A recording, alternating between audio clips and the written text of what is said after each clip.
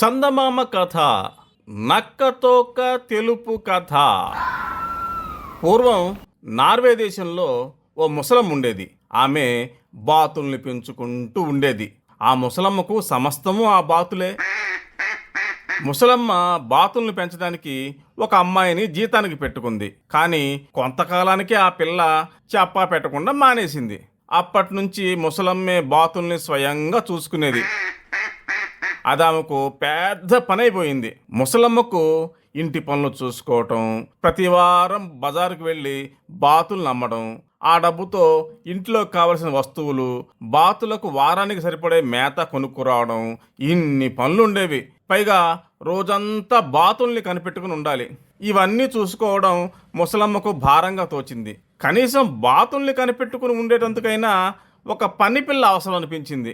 ఒకనాడు తెల్లవారక ముందే లేచి ముసలమ్మ పనిపిల్ల కోసం బయలుదేరింది. వెళ్ళగా దారిలో ముసలమ్మకి ఒక ఎలుగుబంటి ఎదురైంది. ముసలమ్మ ఆ ప్రాంతంలోనే నివసించేది కాబట్టి ఆవిడికి అడవి జంతువులంటే పెద్ద భయం ఉండేది కాదు. అందులోనూ ఎలుగుబంటిని చాలాసార్లు చూసింది కనుక చనువుగా దాంతో నమస్తే ఎలుగుబంటి అంది.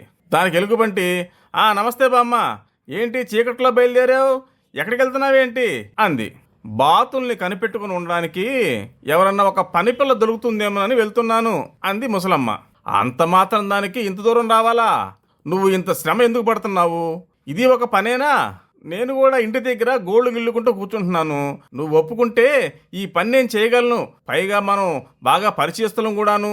ఈ మాత్రం సాయం చేయలేనా ఏంటి అంది ఎలుగుబంటి. నువ్వు చెప్పేది బాగానే ఉంది కానీ అన్ని పనులు అందరికీ సాధ్యమవడం కష్టం. నీ పిలుపుకే బాతులు హళ్ళెత్తిపోతాయి.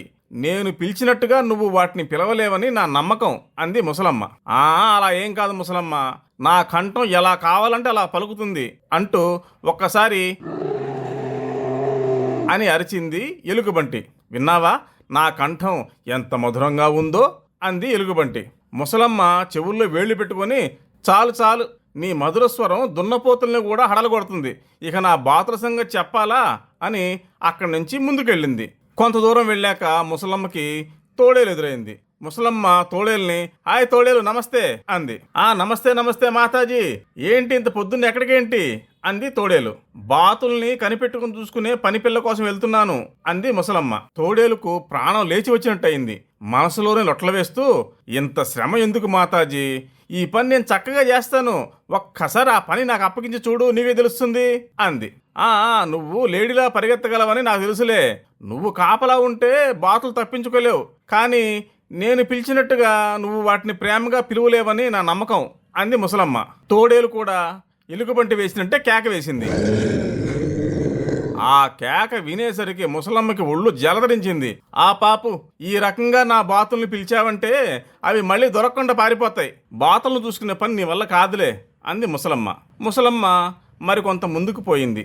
అక్కడ ఆమెకి ఒక గుంట నక్క ఎదురైంది.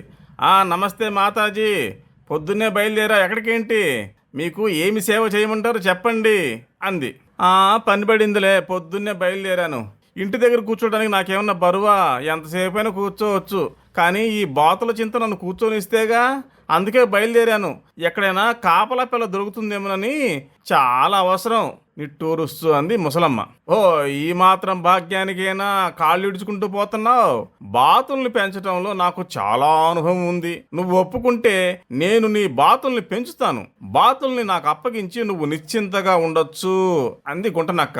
పాపం ముసలమ్మ అప్పటికే తిరిగి విసికి వేసారింది. ఇక తిరగడానికి ఓపిక లేదు. అందువల్ల వెనక ముందు చూడకుండా నక్క మాటలు నమ్మేసి దాన్నే కాపలా పెట్టడానికి అంగీకరించింది.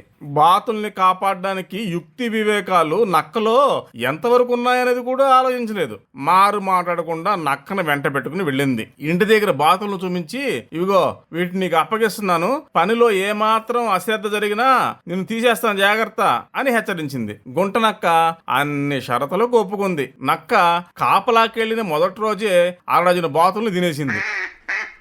మరుసటి రోజున మరో 6 డజను, 3వ రోజున మరో 6 డజను, ఇలా రోజుకో అరడజను బాతుల చొప్పున లాగించేస్తుంది. పాపం ముసలమ్మకి ఈ సంగతులేమీ తెలియవు. కారణం ఏంటంటే, 1 ముసలమ్మకు చూపు సరిగా కనిపించదు, 2 లెక్కలు రావు.